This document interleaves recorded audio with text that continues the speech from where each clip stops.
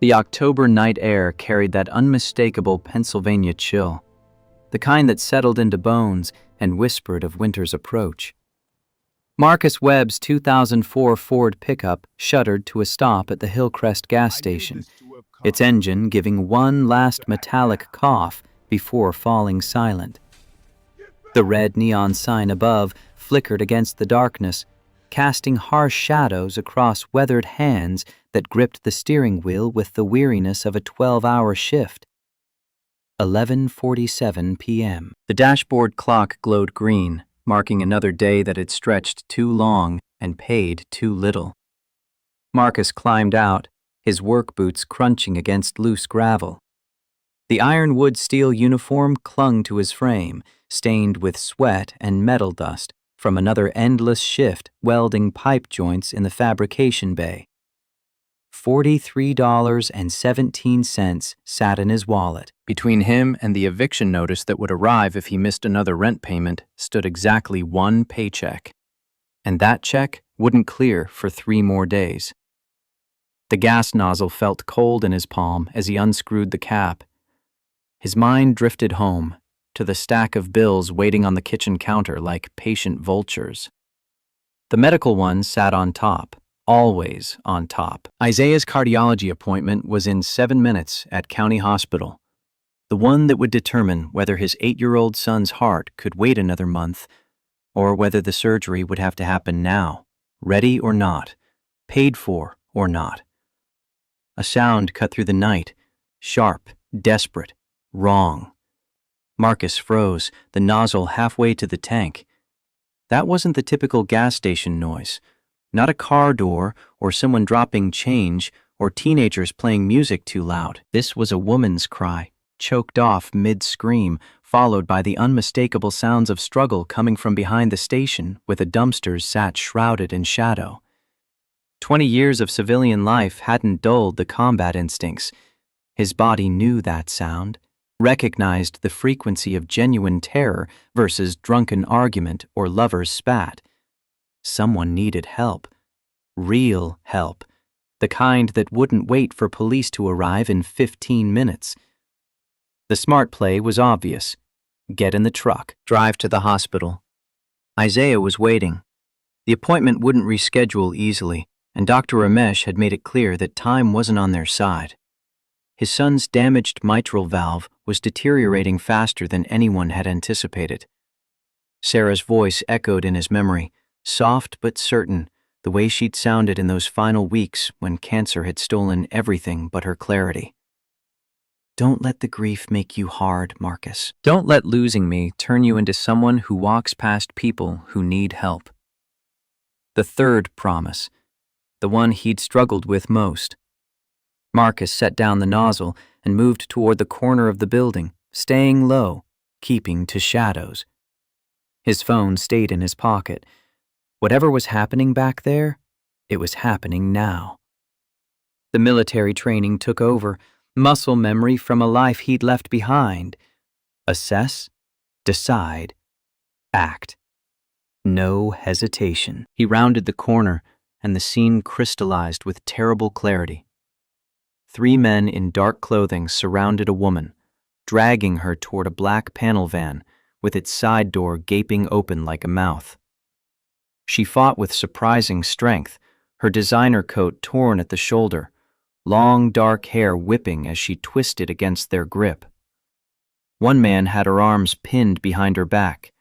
Another fumbled with duct tape, trying to secure it over her mouth. The third, a hulking figure with a neck tattoo of barbed wire, controlled her kicking legs with practiced efficiency.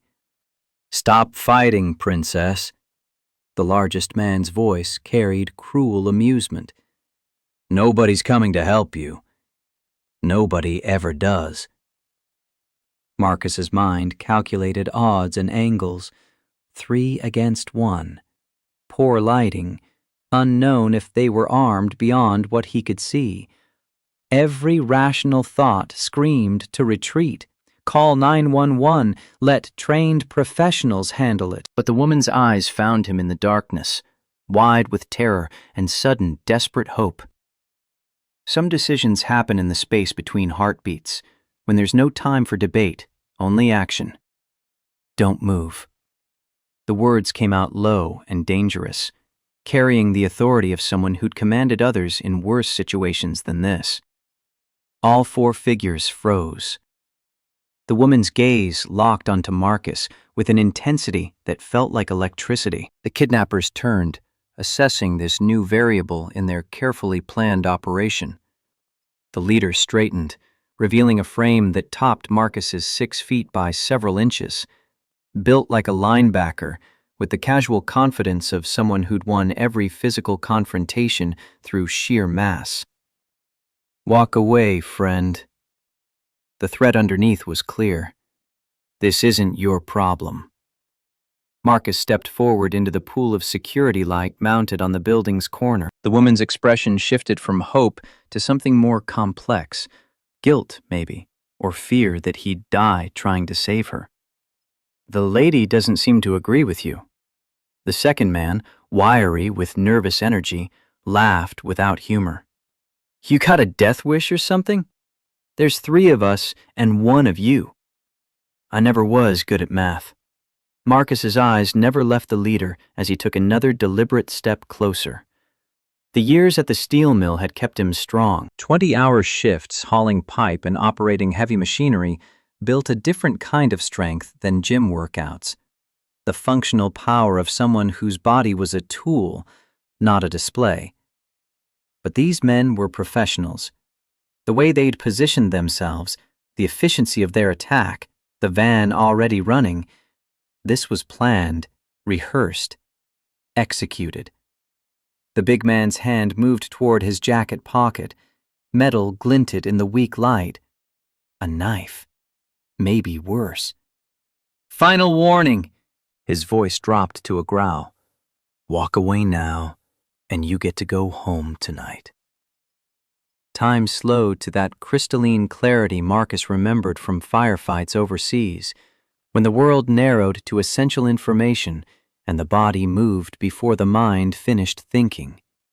Threats, distances, angles of attack, the woman's position, the van's engine idling, the knife clearing its sheath. Not happening. The leader came fast, blade catching the security light, but Marcus was already moving, closing the distance before the knife fully cleared its sheath, driving his shoulder into the man's midsection with the full weight of his momentum. They crashed into the van's side with a metallic boom that echoed across the empty parking lot. The knife clattered away across asphalt, spinning into darkness. The wiry one came next, throwing wild punches that Marcus deflected with movements drilled into muscle memory during basic training 20 years ago. A quick strike to the solar plexus doubled the attacker over, gasping for breath that wouldn't come. The third man grabbed a tire iron from inside the van, swinging it in a vicious arc that would have caved in Marcus's skull if it connected. Marcus's sidestep caught the man's wrist mid-swing, twisting until the weapon fell free. A knee to the ribs sent him stumbling backward into the dumpster with a crash that reverberated through the night. Pain exploded in Marcus's shoulder as the leader recovered, delivering a punch that felt like a sledgehammer. The world tilted. His knees threatened to buckle, but he'd taken worse hits before, absorbed more pain, kept moving when his body screamed to stop. The military had taught him that. Isaiah's needs had reinforced it. The leader's hand closed around the fallen tire iron. His eyes held the cold calculation of someone deciding whether to kill or merely maim. Then the woman moved. She'd freed herself during the chaos, grabbing a broken 2x4 from beside the dumpster. The board connected with the leader's knee with a crack that made Marcus wince. The big man howled, dropping the tire iron, clutching his leg. Move it! The leader's command cut through his pain.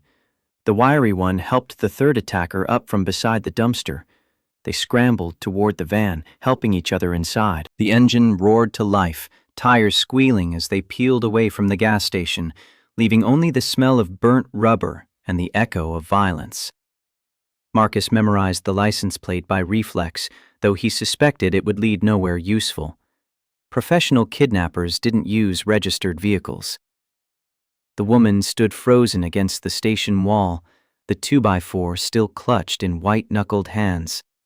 Now that the immediate danger had passed, Marcus could see her more clearly. Early 30s, dressed in clothes that had once been expensive but were now torn and dirty. A bruise was forming on her left cheek where one of the attackers had struck her. But her eyes remained alert, watching him with a mixture of gratitude and calculation. "You all right?" Marcus kept his distance, understanding that after trauma, some people needed space. "Thank you." Her voice carried the cultured tones of good schools and better neighborhoods, the kind of education that cost more than Marcus earned in a year. "I don't know what would have happened if you hadn't—" She stopped, unable to voice the alternative. "We should call the police." Marcus pulled out his phone, already calculating how much this would delay getting to the hospital. Isaiah would be worried. The appointment would be missed. Dr. Ramesh's schedule was packed for weeks. "No." The word burst from her with surprising force. Seeing his reaction, she modulated her tone. "I mean, yes, but can we go somewhere safe first? I don't think they've gone far." Something in her expression, fear layered over calculation, made Marcus pause. This wasn't just about the attack. There was more to the story, complications she hadn't yet revealed. "My truck's right out front." He gestured toward the parking lot. "I can take you to the police station in Millfield. It's about 10 minutes down the road." Relief washed over her face. That would be perfect. As they walked around to the front of the station, Marcus found himself studying her more carefully. Even disheveled and frightened, she carried herself with unconscious confidence, the bearing of someone accustomed to being in control. Not just beauty, though she was undeniably attractive, but an innate authority that seemed at odds with the vulnerability she'd just shown. "I'm Marcus, by the way. Marcus Webb." "Victoria." She settled into the passenger seat of his truck, pulling the door closed with hands that still trembled slightly. After a brief hesitation, she added, "Victoria Winters." The name didn't register with Marcus, but something in her delivery, a slight pause as if waiting for recognition, made him file it away for later consideration. He paid for his gas, and they pulled out of the station, headlights cutting through the darkness as they descended the winding mountain road toward town. Marcus checked his mirrors constantly, making sure the black van wasn't following. His shoulder throbbed where the leader had landed that punch, but the pain was manageable, familiar. He'd worked through worse. The silence stretched between them until Victoria finally spoke. "You didn't hesitate back there." Most people would have hidden and called for help. Marcus kept his eyes on the road. "I've seen what happens when good people do nothing." "Military?" "Army. 4 tours overseas." He didn't elaborate. Those years were behind him, boxed up and stored away like Sarah's winter clothes, present but not requiring daily examination. Victoria nodded as if this explained everything, which perhaps it did. They drove the rest of the way in silence, both processing what had just happened and what might come next. The Millfield police station occupied a modest brick building on Maple Street, sandwiched between a hardware store that had been family-owned for 3 generations and a diner serving the same menu since before Marcus was born. At nearly midnight, only 2 patrol cars sat in the small parking lot, their presence a modest reassurance that help was available even at this hour. Marcus parked under a street light and walked around to open Victoria's door, a habit ingrained by Sarah, who had always insisted that manners mattered regardless of circumstances or fatigue. Inside, Officer Maria Diaz took their statements with the thoroughness of someone who had seen enough violence to take every report seriously. She photographed Victoria's bruises, collected Marcus's description of the attackers, and put out a bolo alert for the black van, though all three of them understood the kidnappers were likely miles away by now, changing vehicles, destroying evidence, disappearing into whatever criminal network had hired them. "You should go to the hospital," Diaz told Victoria, noting the bruise darkening on her cheek. "Get checked out properly. Head injuries can be deceptive." Victoria shook her head. "I'm fine, really. Just shaken." "Do you have somewhere safe to stay tonight? Family nearby? A hotel?" For the first time since the attack, Victoria looked genuinely uncertain. She glanced at Marcus, then back at the officer. "I was staying at the Grandview Inn, up Route 19. Diaz frowned. "The Grandview's been closed for renovations for over 2 months. The silence stretched uncomfortably. Victoria's cheeks flushed slightly, as if she'd been caught in a lie she hadn't intended to tell. "I'm sorry, I misspoke. I meant the Pine Lodge near the interstate." Officer Diaz nodded, though her expression suggested she wasn't entirely convinced. Marcus had been quiet during most of the interview, but something about the exchange bothered him. The Pine Lodge was a truck stop motel, the kind of place that rented rooms by the hour as often as by the night. It didn't match Victoria's expensive clothes or cultured accent. It didn't align with the woman he'd pulled from those kidnappers. As they finished at the station, Diaz handed each of them her card. "Call if you remember anything else about those men, or if you see that van again. And Ms. Winters, please reconsider the hospital." Outside in the parking lot, Victoria stood beside Marcus's truck, looking lost. The confidence she'd shown inside the station seemed to evaporate in the cool night air. For the first time, she appeared as vulnerable as she must have felt. "You don't really want to go to that motel." It wasn't a question. Victoria sighed, her breath visible in the October chill. "No, I don't. But I don't have many options at midnight in a town I don't know." Marcus heard himself making the offer before his rational mind could argue against it. "You could stay at my place. I have a guest room. My son Isaiah stays with me, so it's properly set up. You'd be safe, and we could figure out better accommodations in the morning." Victoria studied his face in the dim streetlight, looking for angles, for ulterior motives, for the catch that always accompanied such offers in her experience.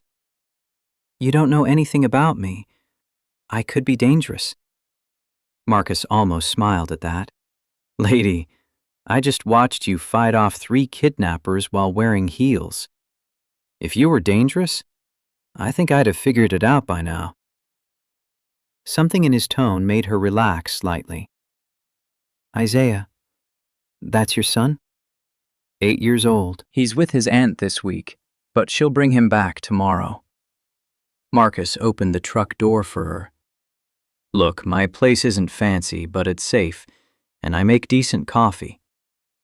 The drive to Marcus's house took them through the older part of Millfield, where Victorian homes sat on tree-lined streets and porch lights created pools of warm yellow light against the darkness. His home was a modest 2-story craftsman with a wraparound porch and a front yard that showed the careful attention of someone who took pride in maintaining what he had. Even in the dark, Victoria could see flower boxes under the windows and a vegetable garden along one side. "It's beautiful." The words came out genuine, surprised. "My wife's design." Marcus unlocked the front door. "Sarah. She had a gift for making places feel like home." The past tense hung in the air between them, heavy with implication. The interior lived up to the promise of the exterior. The living room was furnished with comfortable, well-maintained pieces that spoke of a family life built around warmth rather than showiness. Bookshelves lined one wall, filled with a mixture of technical manuals, classic novels, and what looked like school reading assignments. Family photos covered the mantel above a stone fireplace, showing moments from a life that had clearly been rich in love, if not in money. "Have a seat." Marcus gestured toward the couch. "Tea? Coffee? Something stronger?" Tea would be wonderful. Victoria settled into the corner of the couch, pulling a handmade throw blanket around her shoulders. Some of the tension left her body for the first time in hours. While Marcus moved around the kitchen, she studied the photos more closely. Sarah had been beautiful in the way that came from inner contentment rather than perfect features. Dark skin, warm eyes, a smile that suggested she'd found genuine joy in simple things. Isaiah was a younger version of his father, with his mother's expressive eyes and intelligent face. But it was the pictures of Marcus that struck her most. Images of him in military uniform, looking serious and competent, mixed with candid shots of him laughing with his family, covered in flour from some long-ago baking project, or reading to a much younger Isaiah curled up in his lap. She died 2 years ago. Marcus returned with 2 mugs of tea, having noticed Victoria looking at the photos. Cancer. Fought it for 18 months before it finally won. I'm sorry. Victoria accepted the mug gratefully. The tea was Earl Grey, perfectly steeped. She looks like she was a wonderful person. The best person I ever knew. Marcus settled into the armchair across from her, close enough for conversation, but far enough to give her space. She could make anyone feel welcome within 10 minutes of meeting them. Had this way of seeing the good in people, even when they couldn't see it in themselves. They sat in comfortable silence for a while, both processing the events of the evening. The grandfather clock in the hallway chimed once, marking the half-hour. Outside, the night sounds of suburbia provided a peaceful backdrop. A dog barking in the distance, the whisper of wind through leaves, an occasional car passing on the street. Can I ask you something? Victoria said finally. Marcus nodded. Why did you help me? I mean, really. You could have been killed. You missed whatever you were rushing to. Why risk all that for a stranger?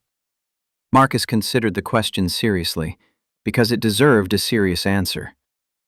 Because I couldn't live with myself if I hadn't. Sarah used to say that we're all responsible for each other, whether we want to be or not. That ignoring someone in trouble was just another way of causing harm. He paused. She made me promise before she died. 3 promises, actually. Take care of Isaiah. Don't let the grief make me hard, and don't be afraid to love again when the time came. The vulnerability in that admission hung in the air. That's a heavy responsibility. Maybe, but it's also what makes life worth living. He studied her face, seeing the calculation behind her eyes, the careful weighing of whether to trust him with truth. Can I ask you something now? She tensed slightly, but nodded. Those men tonight, they seemed to know you. Was this really a random attack? Victoria was quiet for a long moment, staring into her tea as if the answer might be floating there among the leaves. When she looked up, her eyes were troubled. It's complicated. Marcus almost smiled. Most things worth talking about are. She seemed to wrestle with herself, then made a decision. I'm not from around here.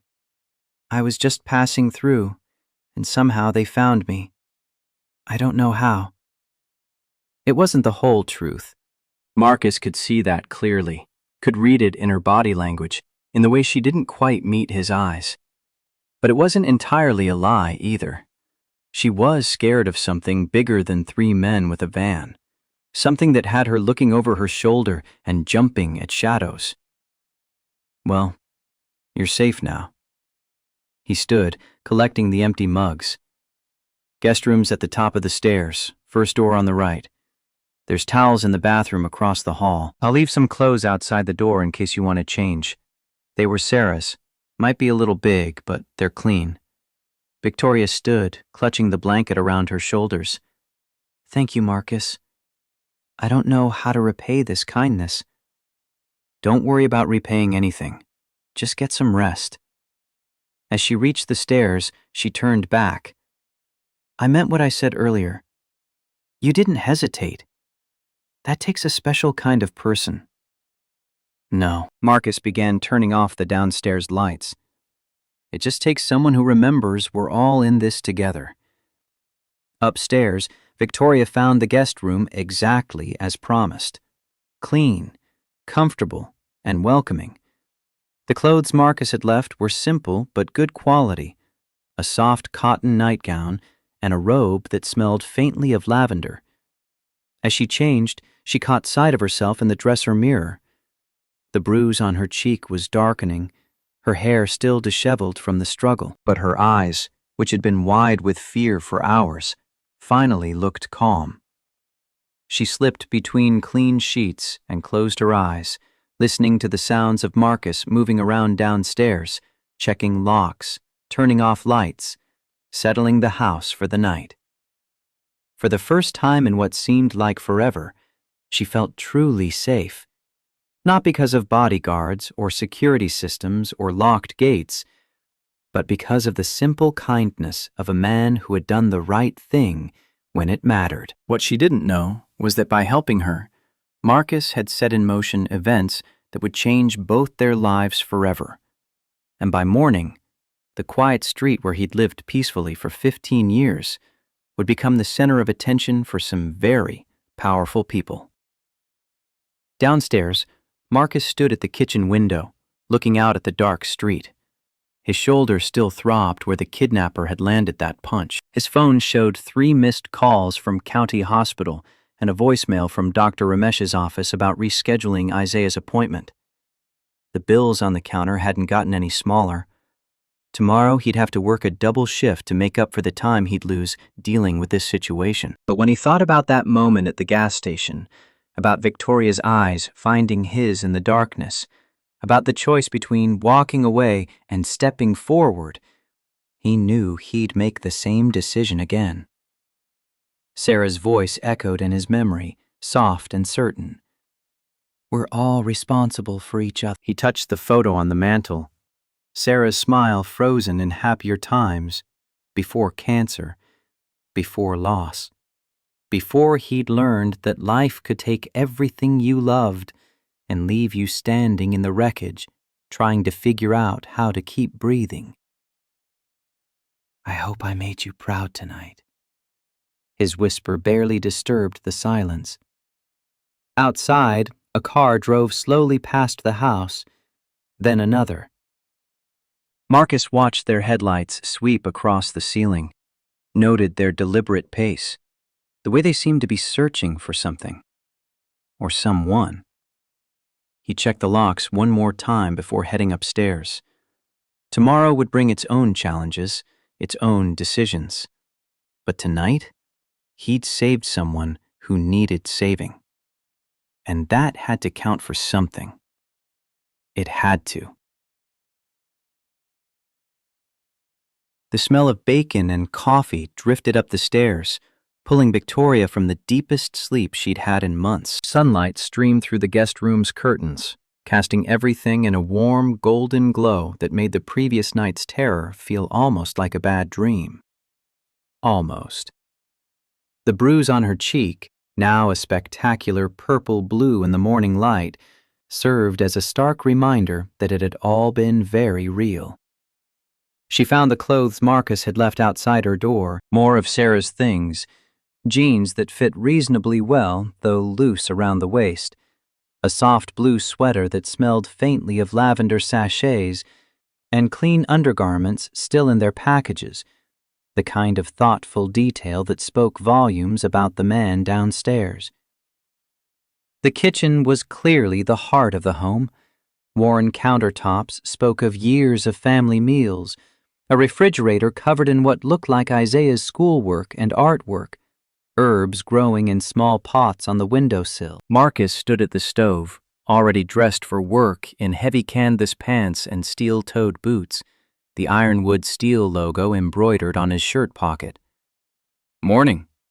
He looked up as she entered, his face creasing into a genuine smile that transformed his features from merely handsome to something warmer.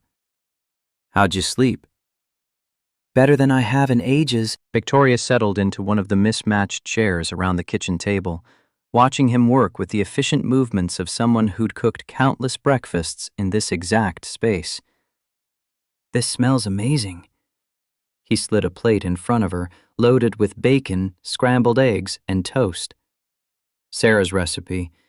She always said breakfast was the most important meal, not because of nutrition, but because it sets the tone for everything else. The eggs were fluffy and perfectly seasoned, the bacon crisp without being overdone.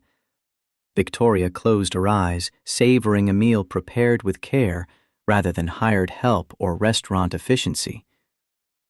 Your wife was a wise woman. She was that. Marcus poured coffee from a pot that had clearly been brewing since dawn, joining her at the table. I called Officer Diaz this morning. No sign of that ban yet, and they haven't had reports of similar incidents in the area. Something flickered across Victoria's face. Relief, maybe, or possibly disappointment. That's good, I suppose. You suppose? Marcus's tone suggested he'd noticed the hesitation. She stirred her coffee carefully, not meeting his eyes. I just wonder if they'll try again. Any particular reason they might? The question hung in the air between them. Victoria took another sip of coffee, clearly stalling for time. When she finally spoke, it was with the careful precision of someone choosing words very deliberately. Some people attract trouble without meaning to. I might be one of those people. Before Marcus could pursue that cryptic statement, the kitchen phone rang. He answered on the second ring, his voice taking on the slightly formal tone people use when talking to strangers. Web residents? A pause, his expression shifting to confusion. No, I'm sorry, but I think you have the wrong number. There's no one here by that name. Another pause, this one longer. Yes, I'm sure. Have a good day. He hung up, frowning. Weird. Someone asking for a Miss Preston. Said they were from some kind of security company. Victoria's coffee cup froze halfway to her mouth. For just a moment, her carefully composed expression slipped, revealing something that looked almost like panic. But she recovered quickly, setting down the cup and reaching for her toast. Probably a wrong number, like you said. Probably. But Marcus filed the reaction away, along with the growing collection of small inconsistencies he'd noticed. The expensive manicure on hands that bore no calluses or signs of physical work. The way she held herself with unconscious confidence, as if accustomed to deference. The fact that she'd given Officer Diaz a fake hotel name without seeming to realize it. I should probably get going. Victoria glanced at the clock on the kitchen wall. I've imposed on your hospitality long enough, and I'm sure you need to get to work. Actually, I called in sick today. Marcus refilled her coffee cup without being asked. Figured after last night, we could both use a slower pace. Besides, where exactly are you planning to go? You still haven't told me what you were doing in Millfield in the first place. Victoria was quiet for a long moment, staring out the kitchen window at the backyard where a few late roses still bloomed despite the October chill. When she looked up, her eyes were troubled. I was supposed to meet someone. A business associate. They never showed up. What kind of business? Consulting work. The answer came too quickly, too smoothly rehearsed. I help companies streamline their operations. Marcus nodded, though something about the explanation didn't quite add up. Millfield wasn't exact. We understand you may have been involved in an incident last evening, and we'd like to discuss your ongoing safety requirements. Please call us at your earliest convenience at... Marcus hit the stop button, cutting off the message. He looked at Victoria, who had gone very pale. Miss Preston, I presume. She closed her eyes, and when she opened them again, they held a mixture of resignation and something that might have been relief. It's complicated. So you said last night. Marcus sat down across from her, his expression patient but expectant. I think maybe it's time for the uncomplicated version. Victoria stood abruptly, walking to the window and wrapping her arms around herself. For several minutes, she just stood there, looking out at the ordinary suburban backyard with its vegetable garden and tree swing. When she finally spoke, her voice was so quiet Marcus had to strain to hear. My real name is Victoria Winters. She turned back to face him, searching his expression for recognition. And last night, those men weren't trying to kidnap me for ransom. They were trying to stop me from disappearing. Disappearing from what? From a life that stopped feeling like mine about 5 years ago. Before Marcus could respond, the sound of vehicles pulling into his driveway cut through the morning quiet. Not one car, but several, their engines purring with the expensive precision of German engineering. Victoria's face went white as she looked out the front window. They found me. Marcus joined her, taking in the scene. 3 black SUVs sat in his driveway, their tinted windows reflecting the morning sun like mirrors. Men in dark suits were climbing out, their movements coordinated and professional. These weren't the same men from the gas station. These were security professionals, the kind who wore earpieces and carried themselves with the confidence that came from serious training and serious backing. Friends of yours? More like employees, or my father's employees anyway. Her voice had gone flat, defeated. Your father? She nodded, not taking her eyes off the vehicles. James Winters. He owns Winter Global Energy. The name hit Marcus like a physical blow. Even someone who lived as far from the world of high finance as he did knew that name. Winter Global was one of the largest private corporations in the country, with interests in everything from traditional energy to renewable technologies. Forbes had estimated James Winters' personal wealth at somewhere north of $15 billion. You're James Winters' daughter. His only heir, actually. The bitterness in her voice was unmistakable. Lucky me. A knock at the front door interrupted them. Firm, polite, but insistent. The kind of knock that suggested the person on the other side was accustomed to having doors opened immediately. Victoria's shoulders sagged slightly, as if some internal strength was finally giving way. I should go with them. I've caused you enough trouble already. But Marcus was thinking about the phone calls, about the fear in her voice when she'd asked him not to take her to that motel, about the way she'd looked at his family photos with something that might have been longing. Most of all, he was thinking about what Sarah would have done, about the promises he'd made to a dying woman who had believed that people were worth fighting for, even when it was inconvenient. Maybe. His voice was quiet but firm. But maybe not yet. The knocking came again, more insistent this time. A voice called through the door, professional and authoritative. Miss Winters, this is Marcus Thorne with Winter Security. Your father has asked us to escort you home safely. We know you're inside. Victoria looked at him with something that might have been hope beginning to kindle in her eyes. What are you thinking? Marcus smiled, and for the first time since Sarah's death, it felt like the kind of smile that could change everything. I'm thinking that if someone wants to have a conversation with a guest in my house, they can damn well have the courtesy to wait until she's ready. He walked to the front door and pulled it open. The man on the porch was exactly what Marcus expected. Mid-40s, fit, wearing a suit that probably cost more than Marcus's truck, with an earpiece and the careful posture of someone trained to assess threats. Mr. Webb, I presume. I'm Marcus Thorne, head of security for Winter Global. I apologize for the intrusion, but this is a matter of some urgency. I'm sure it is. Marcus blocked the doorway with his body, not aggressive but unmistakably present. But Ms. Winters is a guest in my home, and she'll come out when she's ready, not before. Thorne's expression shifted slightly, recalculating. Mr. Webb, I don't think you understand the situation. Miss Winters's father is very concerned about her safety, and we have authorization to— To what? Enter my property without permission? Because in Pennsylvania, I have certain rights regarding uninvited guests on my land. The two men regarded each other, the working-class veteran and the corporate security professional, each assessing the other's resolve. Finally, Thorne took a small step back. We're prepared to wait on the street, Mr. Webb, but we won't be leaving without Miss Winters. Much appreciated. Marcus closed the door firmly, but not violently.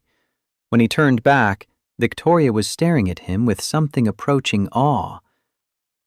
No one's ever made them back down before, not even for a minute. I'm not most people. No. Her voice was soft. You're really not. The kitchen phone rang again. This time, when Marcus answered, the voice that filled the room carried the unmistakable authority of serious power. Even through the tiny speaker of the answering machine, the name carried weight. Mr. Webb, this is James Winters. I believe you have my daughter. Marcus and Victoria locked eyes across the kitchen. Everything that had happened in the past 12 hours suddenly crystallized into a single moment of decision. She could leave with a security team, return to whatever life she'd been running from, or she could stay, and together they could face whatever came next. The answering machine continued, James Winters's voice filling the modest kitchen with calculated concern. I want you to know that I appreciate your assistance in keeping Victoria safe last evening. However, she belongs at home where proper security arrangements can be made. I'm prepared to compensate you generously for any inconvenience this situation may have caused. Victoria's face flushed with embarrassment and anger. He's trying to buy you off. I understand that to someone in your position, my daughter may seem like a romantic figure. The voice continued, each word chosen with precision. The poor little rich girl trapped in a gilded cage. But Victoria has responsibilities that go far beyond her personal desires. Thousands of people depend on Winter Global for their livelihoods. My daughter's safety and her eventual succession to the company's leadership are not matters of personal preference. The machine beeped, indicating the message was finished. But almost immediately the phone rang again. This time, James Winters's voice was more direct, cutting through any pretense of politeness. Mr. Webb, I've authorized Mr. Thorne to offer you $75,000 for your assistance in this matter. That should more than cover any inconvenience or lost wages. Please consider your position carefully. Marcus looked at Victoria, whose cheeks were now burning with humiliation. He thinks everyone can be bought. Can they? It was a fair question, and Marcus considered it seriously. $75,000 would pay off a significant chunk of his mortgage, would cover Isaiah's medical bills for the next year, would maybe even let him take a real vacation for the first time since Sarah's death. It was more money than he'd see in bonuses for the next 5 years combined. But then he thought about the way Victoria had looked when she described her life, like a prisoner describing their cell, no matter how golden the bars might be. He thought about Sarah, who had never met a person in trouble she wouldn't try to help. And he thought about the kind of man he wanted Isaiah to remember his father being. No. The word came out simple, certain. They can't all be bought. Something in Victoria's expression shifted, as if she'd been holding her breath and could finally exhale. What are you going to do? First, I'm going to make some coffee. Then I'm going to call my lawyer. Yes, I actually do have one, courtesy of Sarah's estate. And then you and I are going to figure out what you really want. Not what your father thinks you should want, but what you actually want for yourself. Marcus, you don't understand. He's not just rich. He's powerful in ways that can make your life very difficult. He could have the health department shut down your favorite restaurant, have the IRS audit your taxes going back a decade, have the city find violations in your house that require expensive fixes. Maybe. Marcus was already filling the coffee pot with water. But he's also operating in my world now, not his. And in my world, a man's word still means something. A handshake still seals a deal. And when someone asks for help, you don't check their credit score first. Outside, one of the black SUVs started its engine and pulled away. But the other two remained, their occupants settling in for what was clearly going to be a long wait. Through the kitchen window, Marcus could see more vehicles arriving. News vans from stations he recognized, and a few he didn't, their satellite dishes extending skyward like mechanical flowers seeking signal instead of sunlight. And now we have company, Victoria groaned, looking out at the growing media presence. Someone must have recognized the Winter Global vehicles. This is exactly what I was trying to avoid. But Marcus was thinking about something else entirely. The arrival of the media changed the game completely.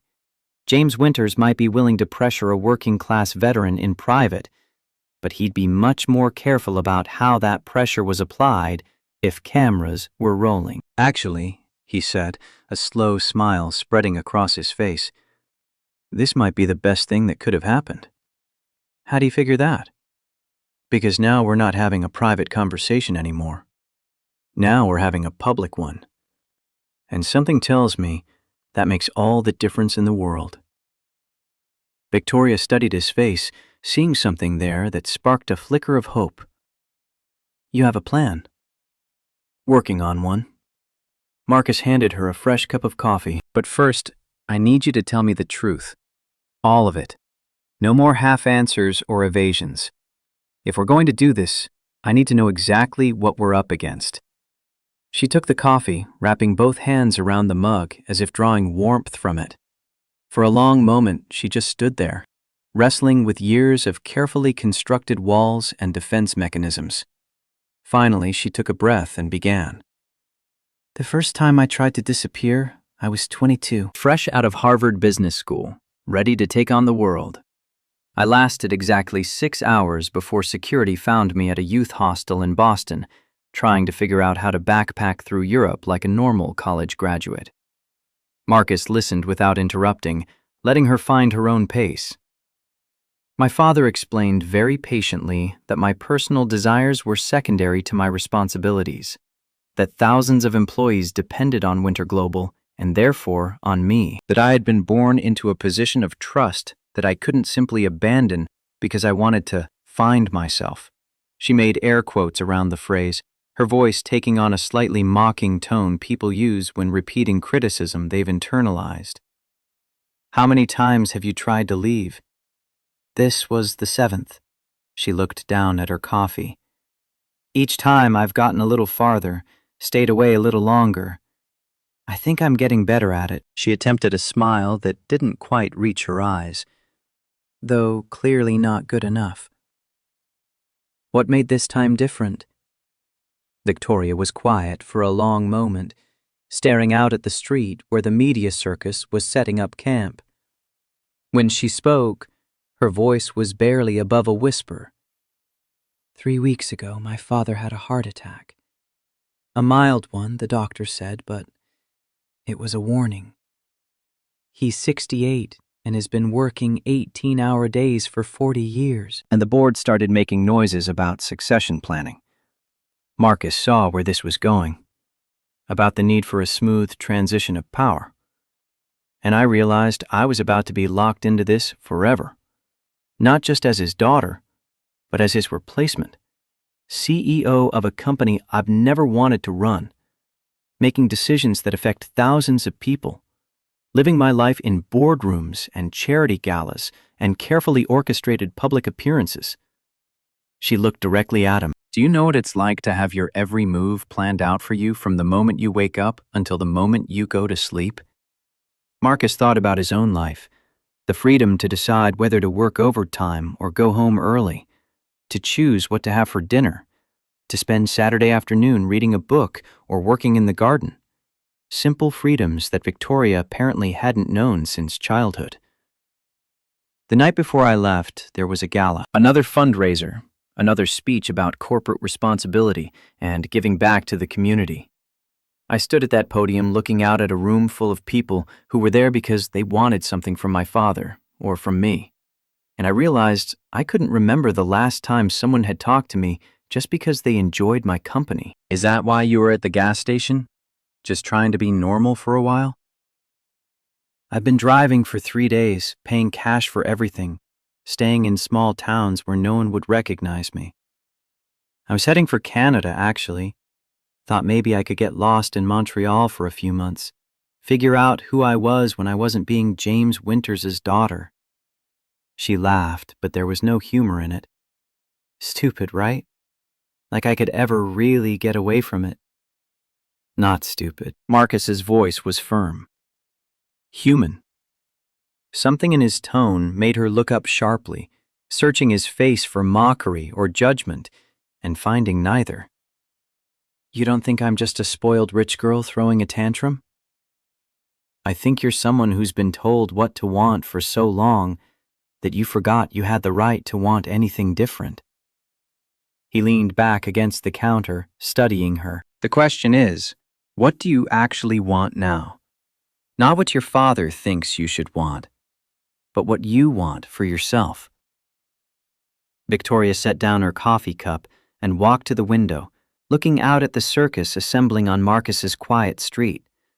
Media vans, security personnel, curious neighbors, all drawn by the spectacle of a billionaire's daughter hiding in a working-class neighborhood.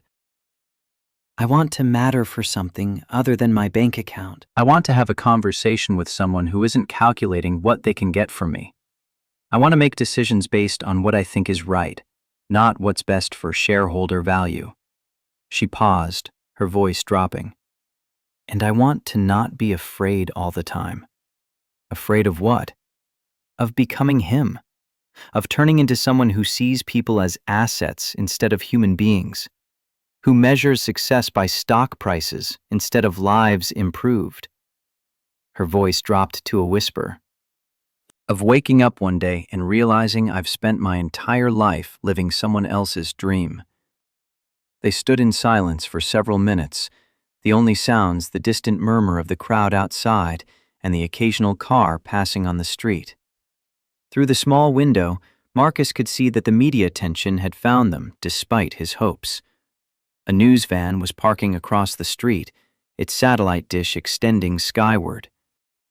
There's something else. Victoria's voice pulled him back. Something I haven't told you about last night.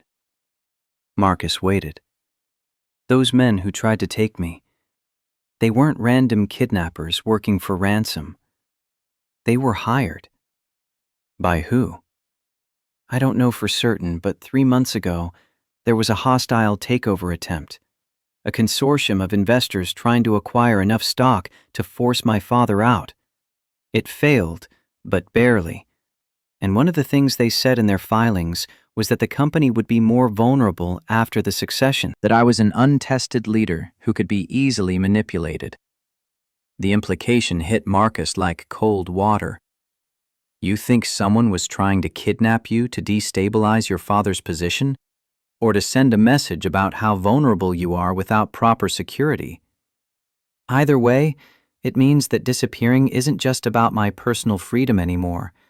It's about corporate warfare at a level where people get hurt. She looked directly at him. Including you, if you keep helping me. Marcus considered this new information. The idea that he'd stumbled into the middle of a multi-billion-dollar power struggle. It was surreal enough to feel like something out of a movie, except the bruise on Victoria's cheek was very real, and so was the genuine fear in her eyes. What are you going to do? Go back. The words came out flat, defeated. There's no other choice now. I can't keep putting innocent people at risk just because I want something I can never have. And what's that? A normal life. A chance to figure out who I am when I'm not being James Winters's heir apparent. She stood up, her movements decisive despite the sadness in her voice. I should call Mr. Thorne. Tell him I'm ready to come home. But as she reached for her phone, Marcus's hand closed gently over hers, stopping her. Maybe there's another option. Like what? Like fighting back.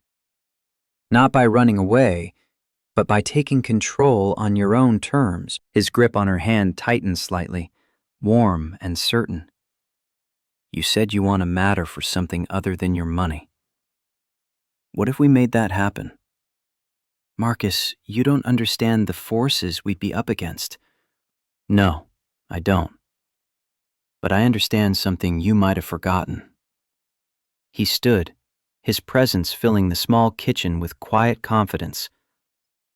I understand what it means to fight for something that matters. And I understand that sometimes the best way to win a war isn't to run from the battlefield. It's to choose the ground where you want to make your stand. Victoria stared at him, hope and fear warring in her expression. What are you suggesting? I'm suggesting that maybe it's time James Winters' daughter stopped trying to disappear and started making some noise of her own. He smiled, and it carried the conviction of someone who'd made a decision he wouldn't reverse. And I'm suggesting that she doesn't have to do it alone. Outside, the media circus continued to grow, satellite trucks positioning themselves for optimal coverage. But inside Marcus Webb's modest kitchen, something was beginning that none of the reporters or security personnel or corporate executives had anticipated. Something that would challenge assumptions about power and class and what really mattered in life. Victoria's phone buzzed in her pocket. She pulled it out, her face going pale as she read the screen. All my accounts, personal and corporate, frozen. She looked up at him, the reality of her father's power suddenly very concrete. I can't access a penny. Your father's first move. Marcus recognized the tactic for what it was.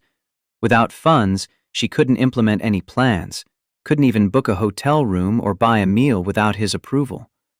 She was effectively trapped, dependent on his goodwill for everything. Classic James Winters. Money is the only language he's truly fluent in. Marcus's phone buzzed next.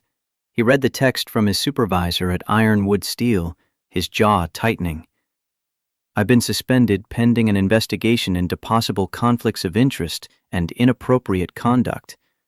Apparently, someone raised concerns about my relationship with a major stakeholder in the company's financing structure. They looked at each other, both realizing how quickly and efficiently James Winters had moved to isolate them, cut off Victoria's resources, destroy Marcus's livelihood, demonstrate to everyone watching what happened when you got between James Winters and his daughter.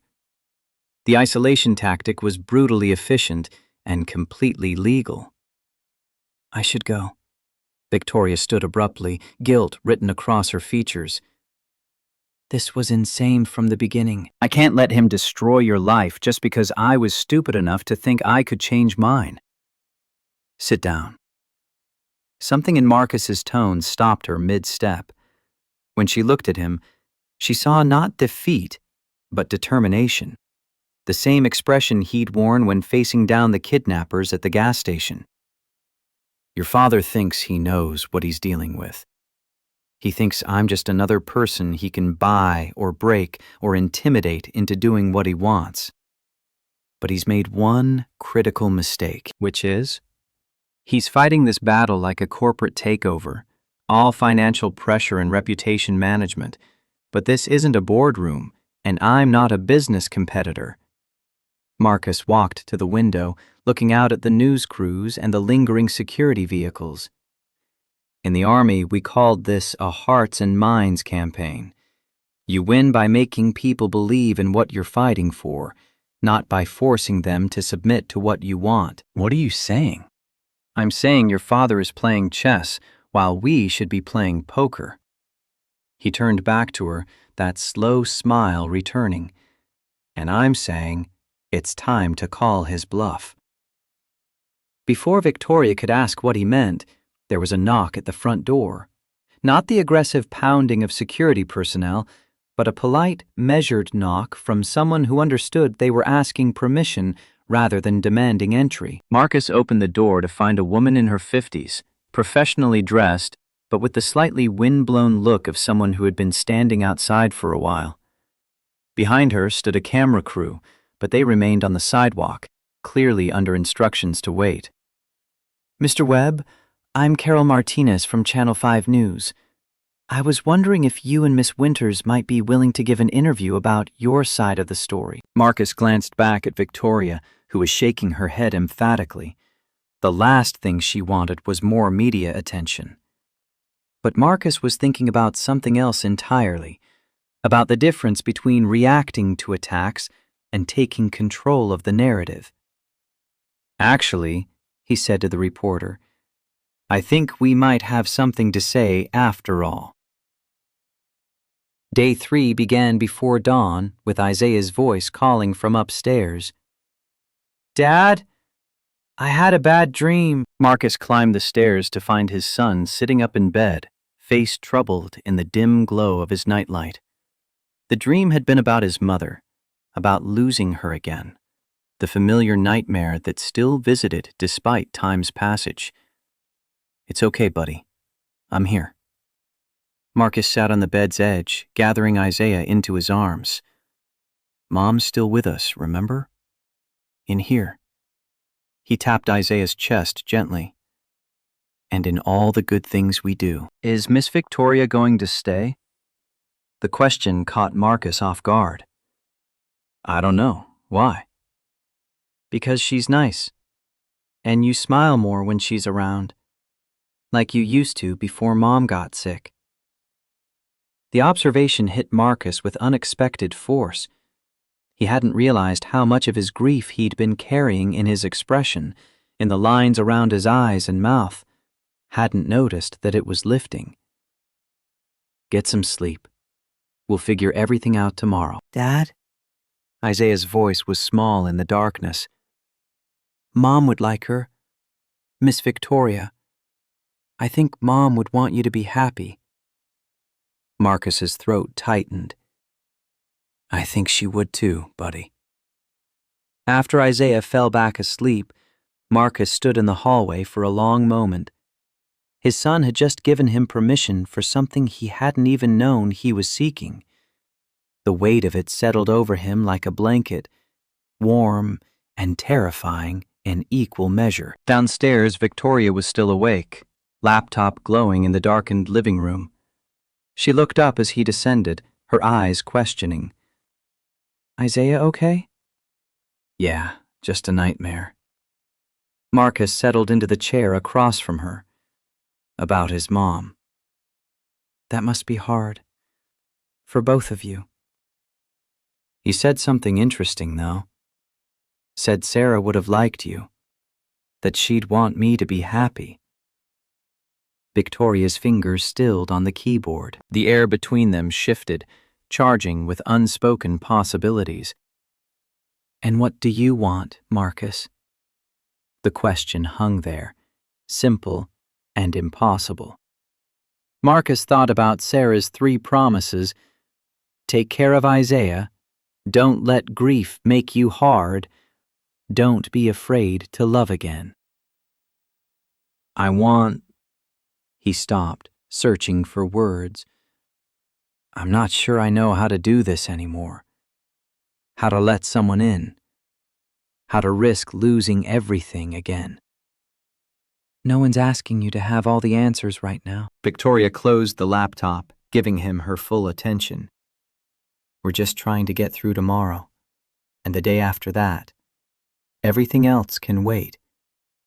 But something in her eyes suggested she hoped it wouldn't wait forever. The morning brought both promise and crisis, though not in the order Marcus expected.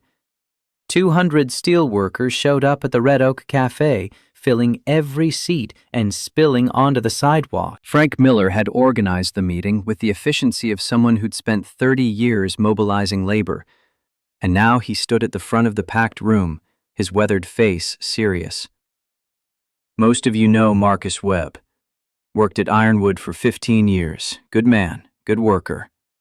Now he's partnered with Ms. Victoria Winters here to propose something that could change everything for this town. Frank's voice carried the weight of someone who'd seen too many false promises to get excited easily. I'm going to let them explain it, and then we'll have questions. Real questions, not polite bullshit.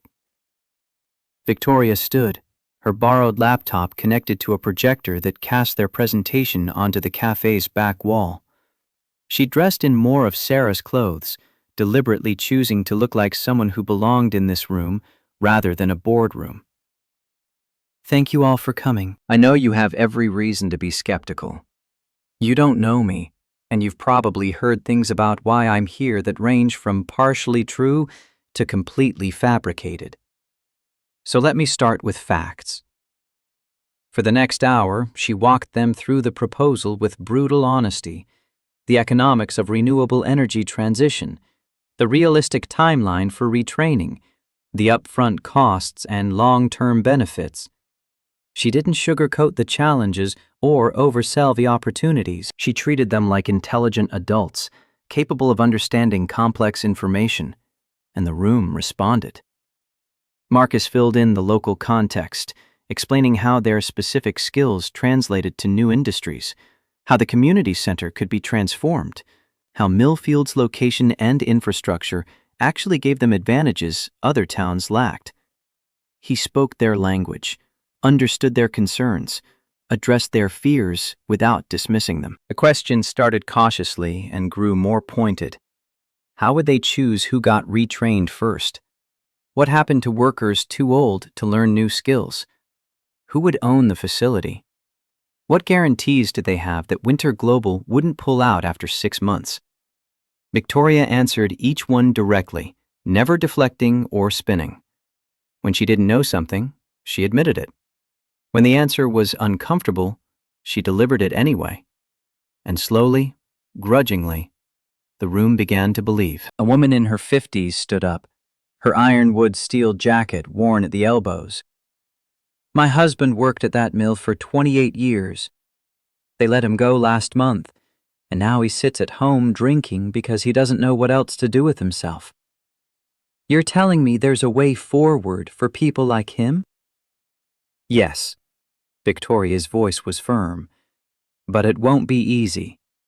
It'll require him to learn new skills, to admit that the industry he knew is dying, to trust that something different can be just as valuable. That's hard, especially after 28 years. But if he's willing to try, we're willing to invest in making it work. The woman sat down, nodding slowly. Around the room, other heads nodded too. Then Frank Miller stood up, his expression unreadable. I've got one question that's going to determine whether this goes anywhere. Mrs. Winters, you're proposing that Winter Global invest $8 million in Millfield. But from what I understand, you're currently not exactly in your father's good graces. So how do you plan to make this happen when you don't even have access to your own bank account? The room went silent. It was the question everyone had been thinking but hadn't wanted to ask. Victoria didn't flinch. You're absolutely right. I don't have access to company funds right now. My father has made sure of that. But I have something more important than money. I have the ability to make this proposal directly to the Winter Global Board of Directors. And if they reject it, I have commitments from 3 impact investment funds willing to provide seed funding for a pilot program. She pulled up a new slide showing letters of intent from major investors, each one bearing the letterhead of firms Marcus vaguely recognized from financial news. This is happening whether Winter Global participates or not. The question is whether they want to be part of something transformative, or whether they want to watch someone else take credit for it. Frank studied her for a long moment, weighing sincerity against decades of broken promises from people in expensive suits. Finally, he nodded slowly. All right then. Let's see what happens. The crowd began to disperse, small groups forming to discuss what they'd heard. Marcus watched them leave, seeing hope kindle in faces that had been resigned to decline. Whatever happened next, they'd accomplished something today. They'd given Millfield's workers a reason to believe the future might hold more than just managed decline. Back at Marcus's house, Victoria insisted on cooking lunch to celebrate the meeting's success. She'd never cooked without a personal chef before, and the results were predictably chaotic. How do you burn water? Marcus leaned against the counter, fighting a smile. It's a gift. Victoria stared at the pot like it had personally betrayed her. In my defense, I've never actually used a stove before. Never? We had people for that. She said it without pretension, just stating fact. Then she looked at him, something vulnerable in her expression. Teach me? He stepped behind her, his hands covering hers on the wooden spoon, guiding her movements. The kitchen suddenly felt smaller, warmer. Her hair smelled like the lavender from Sarah's sachets, and he was acutely aware of how close they were standing, of the way her breath caught slightly when his chest pressed against her back. Like this. His voice came out rougher than intended. Slow. Steady. Don't force it. Victoria turned her head slightly, close enough that he could feel her breath against his jaw. I'm not very good at slow. I've noticed. The moment stretched, charged with possibility. Her free hand came up to cover his where it rested on the spoon handle. Neither of them was stirring anymore, just standing there in the small kitchen with the afternoon sunlight streaming through the window and the world outside temporarily forgotten. Marcus. The timer buzzed, shattering the moment. They stepped apart quickly, both slightly breathless, not quite meeting each other's eyes. Pasta's done. Victoria's voice was steadier than she felt. Yeah. Good.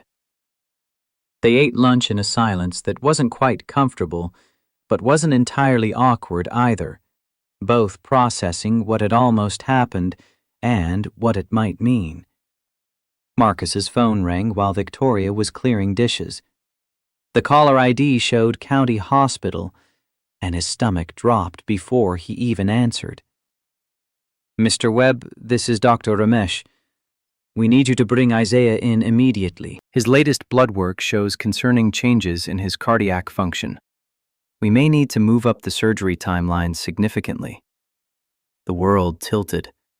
Marcus gripped the edge of the counter, knuckles going white.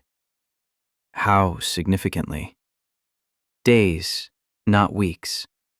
I'm sorry to spring this on you, but his mitral valve deterioration is accelerating faster than we anticipated. If we don't operate soon, we risk permanent damage to his heart muscle. Or worse. The clinical language couldn't hide the urgency. Marcus forced his voice to remain steady. What's the total cost? The surgery itself is $180,000. We'll need a $50,000 deposit before we can schedule the operating room and surgical team. Given the urgency, we'd need that within 48 hours. $50,000.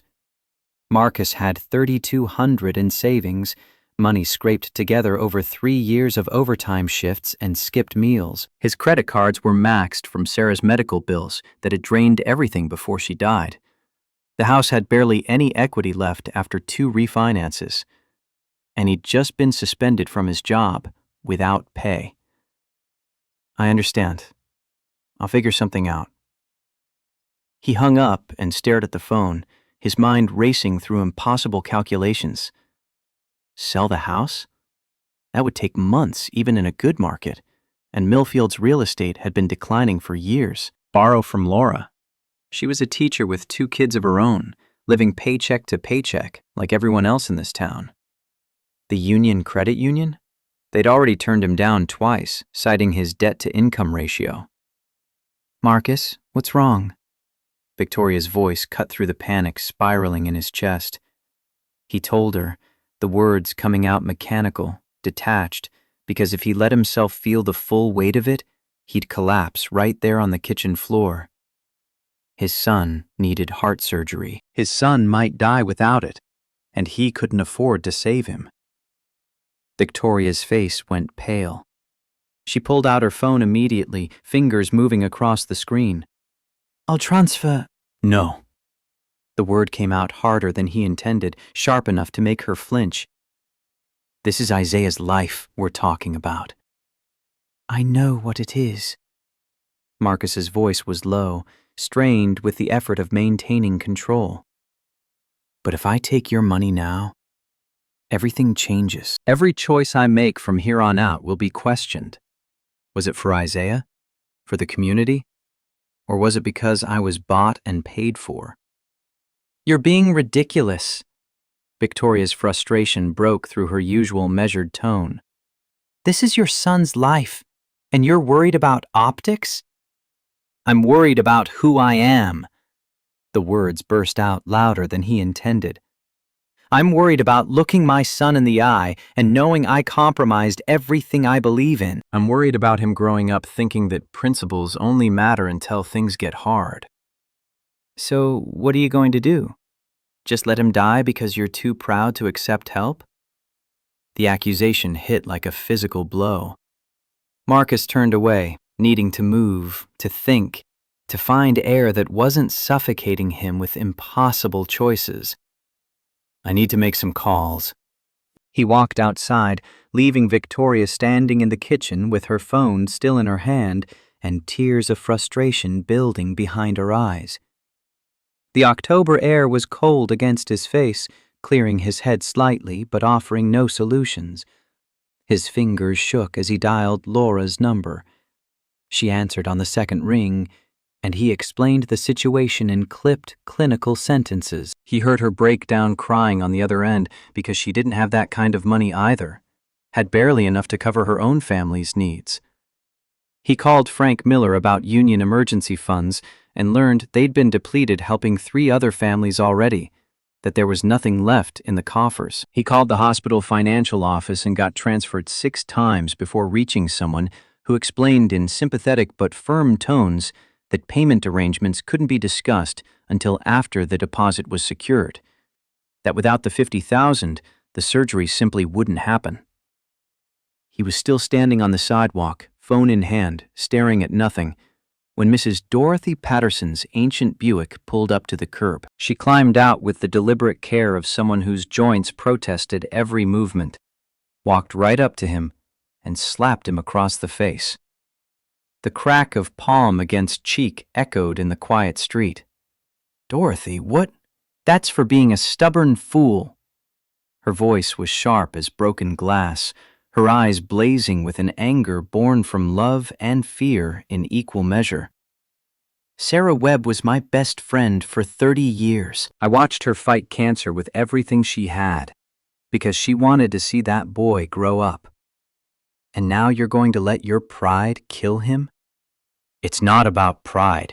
"Yes, it is." She grabbed his face between her weathered hands, forcing him to meet her eyes. "It's about your pride mattering more than Isaiah's heartbeat. It's about you being so afraid of owing someone that you'd rather bury your son than admit you need help." The words cut through every defense he'd constructed, every rationalization he'd built. Because she was right.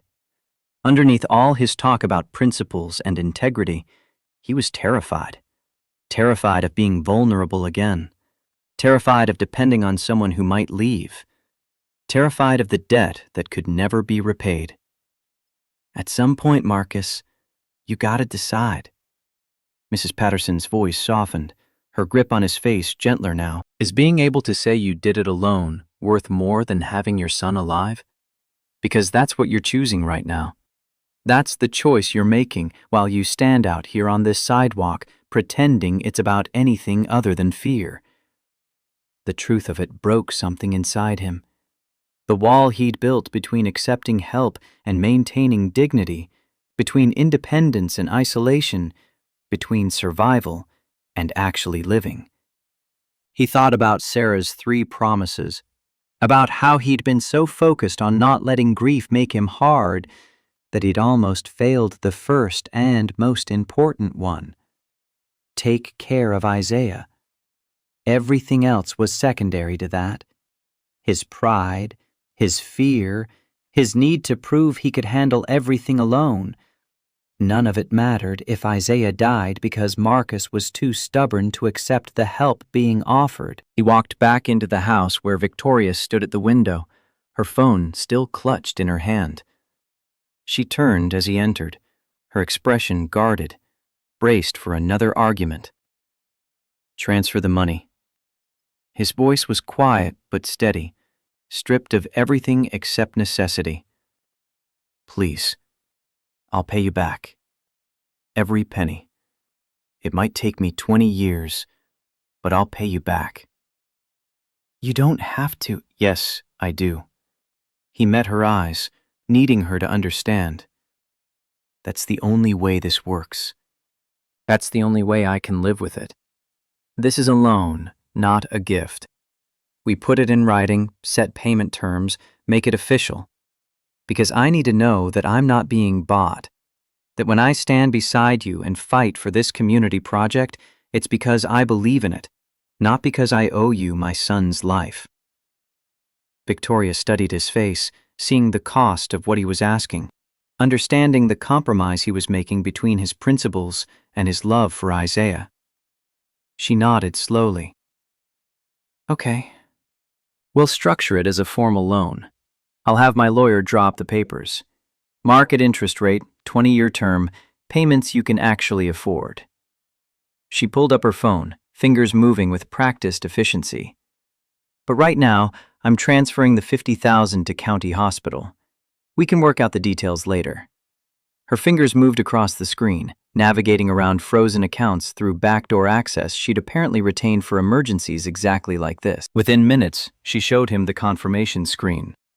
"Transfer complete. $50,000 to County Hospital, coded as a personal loan with documentation to follow." "Thank you." The words felt inadequate, too small for what she'd just done, for the lifeline she'd thrown him when he was drowning in impossible choices. "That's what family does." She said it simply, as if it were obvious. Marcus's throat tightened at the word. Family. They'd known each other for 3 days. 3 chaotic, impossible, transformative days that had upended both their lives. And yet the word didn't feel wrong. It felt like something they were building together, something neither of them had quite named yet, but both recognized. "I should call the hospital, get Isaiah scheduled. I'll call my lawyer about the loan documents." They moved in opposite directions, each making calls that would bind them together in ways that went far beyond money. Marcus spoke with Dr. Ramesh, who confirmed that Isaiah could be scheduled for surgery in 2 days, that the deposit had been received, that everything was moving forward. The relief that washed over him was so intense, it was almost painful. Victoria spoke with her personal attorney, a woman who'd handled her affairs for a decade, and asked no questions when Victoria requested loan documents drawn up immediately. Professional to professional, understanding that sometimes the details mattered less than the urgency. When they finished their calls, they stood in the living room looking at each other. The afternoon sunlight slanted through the windows, casting everything in golden tones. Outside, the street was quiet, the media circus having moved on to other stories. For the first time in days, they were alone, with no immediate crisis demanding their attention. "I need to pick up Isaiah from school." Marcus checked his watch. "Take him to the hospital for pre-op tests. It's going to be a long afternoon. Do you want me to come with you?" The offer surprised him. "You don't have to." "I know, but maybe I want to." Something in her expression made him realize this was about more than just supporting him. She wanted to be there, wanted to meet his son properly, to be part of this next chapter, wanted to show him that her commitment extended beyond business proposals and community development plans.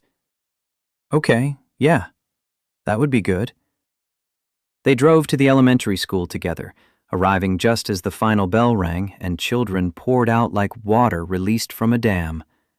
Isaiah emerged near the middle of the pack, his backpack bouncing against his shoulders, his face lighting up when he saw his father's truck. Then he noticed Victoria in the passenger seat, and his expression shifted to something more cautious, more assessing.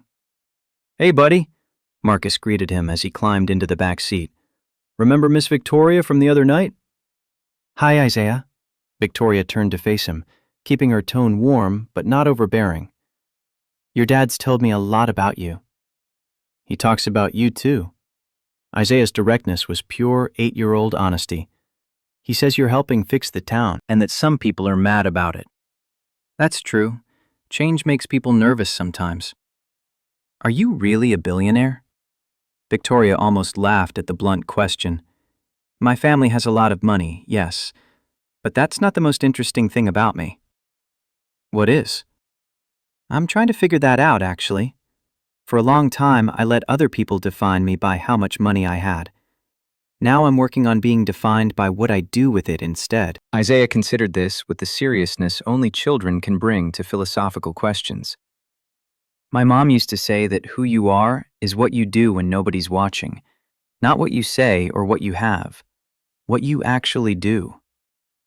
The wisdom of it, delivered in a child's piping voice, struck Victoria with unexpected force. "Your mom sounds like she was a very wise person." "She was the best." Isaiah's voice carried the simple certainty of a child's love. "Dad says she's still with us, though. In here." He tapped his chest, where his damaged heart beat its irregular rhythm. "And in the good things we do." Marcus met Victoria's eyes in the rear-view mirror, and something passed between them. An understanding, an acknowledgement of the weight his son carried and the grace with which he carried it. At the hospital, Isaiah endured the pre-op tests with practiced patience. Blood draws, chest x-rays, an echocardiogram that showed his mitral valve struggling to close properly with each heartbeat. Dr. Ramesh explained the surgery in terms an 8-year-old could understand, using models and diagrams, never talking down but never overwhelming either. Victoria watched Marcus through it all, seeing the fear he tried to hide, the way his hands clenched when the doctor explained the risks, the careful control he maintained for Isaiah's sake. And she saw Isaiah watching his father too, reading the tells that only a child who'd already lost one parent could recognize. After the tests, while Marcus handled paperwork at the administrative desk, Isaiah approached Victoria in the waiting room. She was surprised when he sat down beside her, his legs not quite reaching the floor, swinging slightly. "Are you going to stay?" He asked the question quietly, as if afraid of the answer. "At the hospital? Of course. I want to make sure you're— No, I mean after. Are you going to stay with us?" Victoria's breath caught. She looked at this small boy who'd been through so much, who'd lost his mother and now faced surgery that carried real risks, who had every reason to be scared, but was instead worried about his father's happiness. "I'd like to, if that's okay with you." Isaiah studied her face with the frank assessment that children excel at, looking for dishonesty or hidden motives. Whatever he saw seemed to satisfy him. "Okay. But you should know that Dad gets sad sometimes, about Mom. And that's okay. You don't have to fix it or make it go away. You just have to be there." The emotional intelligence in that statement, the understanding of grief's permanence and the role new love could play without erasing old pain, was staggering from an 8-year-old. "I can do that. And you can't mess with Mom's stuff in the sewing room. That's important." "I won't. I promise." "Okay then." Isaiah hopped down from the chair. "I think you're nice. And I think Mom would think so too." He walked back to his father, leaving Victoria blinking back tears in the hospital waiting room, overwhelmed by the casual acceptance from a child who'd just given her something precious, permission to be part of his family. That evening, after Isaiah was in bed early per doctor's orders, Marcus and Victoria sat on the porch swing, watching the sun set behind the mountains. The signed loan documents sat on the table between them, official and binding. $50,000 at 4.5% interest, payments of $300 per month for 20 years.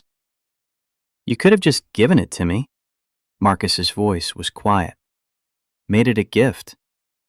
I know, but you needed it to be a loan.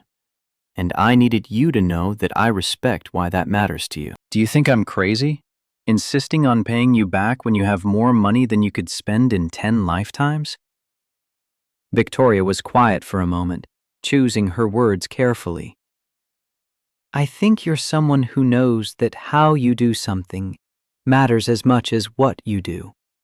And I think that's exactly the kind of person I want standing beside me when we try to change the world. They sat in silence, the porch swing creaking gently as it moved. Somewhere down the street, children played in a yard, their laughter carrying on the evening air. Normal sounds from a normal neighborhood where normal people lived normal lives. Except nothing about this was normal anymore. I'm scared. Marcus's admission came quietly. About the surgery. About losing him. About... He stopped, unable to voice the rest. About me? About letting myself feel something for someone again. About taking that risk when I barely survived losing Sarah. Victoria reached for his hand, lacing her fingers through his. I'm scared too. About the board meeting in 3 days. About my father's next move. About whether I'm strong enough to actually build this new life I keep talking about. She squeezed his hand. But I'm less scared when I'm with you. And that has to count for something. Marcus turned to look at her fully, seeing her in the fading light. Victoria Winters, billionaire heiress, sitting on his modest porch wearing his dead wife's clothes and holding his hand like it was the most natural thing in the world. Isaiah gave you his blessing today. Did you know that? I suspected. He's very direct. He gets that from Sarah. She never believed in talking around things. Marcus's thumb traced patterns on the back of Victoria's hand. She made me promise before she died. 3 things. Take care of Isaiah. Don't let grief make me hard. And don't be afraid to love again when the time came. And has it? Come, I mean. Instead of answering with words, Marcus leaned forward and kissed her. Gentle, questioning, giving her every chance to pull away. But she didn't. She leaned into it, her free hand coming up to cup his jaw, her lips soft and warm, and tasting faintly of the coffee they'd shared after dinner. When they pulled apart, both slightly breathless, Victoria rested her forehead against his. That was... yeah. We should probably talk about... later.